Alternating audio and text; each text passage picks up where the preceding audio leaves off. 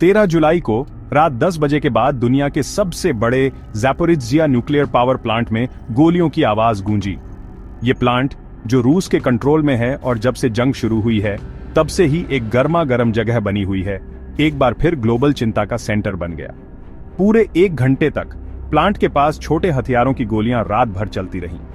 International atomic energy agency यानी IEA के inspectors वहीं पर थे और हर गोली की खबर वियना में अपने हेडक्वार्टर्स को दे रहे थे।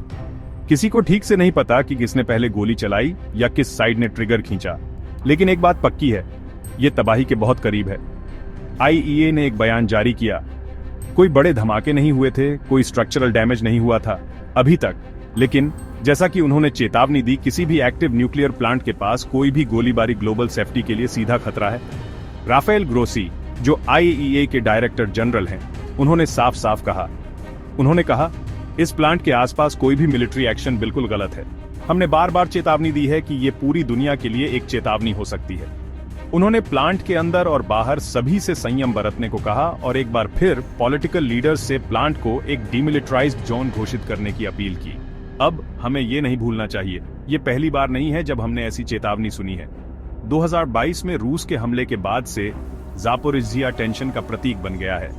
रूसी सैनिकों ने इसे कंट्रोल किया है, जबकि ड्रोन हमले और करीब के खतरे बार बार सुर्खियों में रहे हैं। यूक्रेन का कहना है कि रूस प्लांट को ढाल के रूप में इस्तेमाल कर रहा है।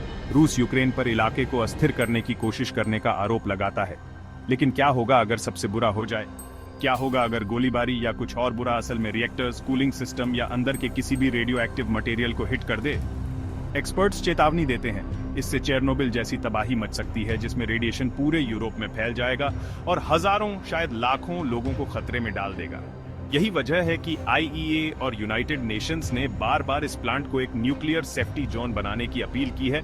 कोई सैनिक नहीं, कोई हथियार नहीं, सिर्फ साइंस और सिक्योरिटी। लेकिन रूस पीछे हटने को तैयार नहीं हुआ है। यूक्रेनी राष्ट्रपति जेलेंस्की ने रूस के न्यूक्लियर ब्लैकमेल की कड़ी निंदा की और दुनिया से कार्रवाई करने की मांग की। जैसे ही खबर फैली, #ज़ैपोरिज्जिया दुनिया भर में ट्रेंड करने लगा। सोशल मीडिया पर चिंता फैल गई, क्योंकि हर जगह लोग एक ही सवाल पूछ रहे थे, क्या हम एक और न्यूक्लियर तबाही के मुहाने पर हैं? एक्सपर्ट्स का कहना है कि समय कम है, पास में पहले ही निकासी हो चुकी है, लेकिन प्लांट के वर्कर्स और इंटरनेशनल इंस्पेक्टर्स अभी भी अंदर हैं, यानी सीधे फ्रंट लाइन पर। तो आगे क्या होगा? क्या यूएन या वर्ल्ड पावर्स आखिरकार प्लांट को सुरक्षित करने के लिए कदम उठाएंगे? क्या हम एक और चेरनोबिल जैसे पल का सामना कर रहे हैं? और सबसे अहम बात, क्या इंसान की ताकत की भूख एक बार फिर साइंस को विनाश का हथियार बना देगी? ये एक डेवलपिंग स्टोरी है। सैडिक न्यूज रिपोर्टर से जुड़े रहें हर अपडेट के लिए और उन फैक्ट्स के लिए जो आपको जानना जरूरी है।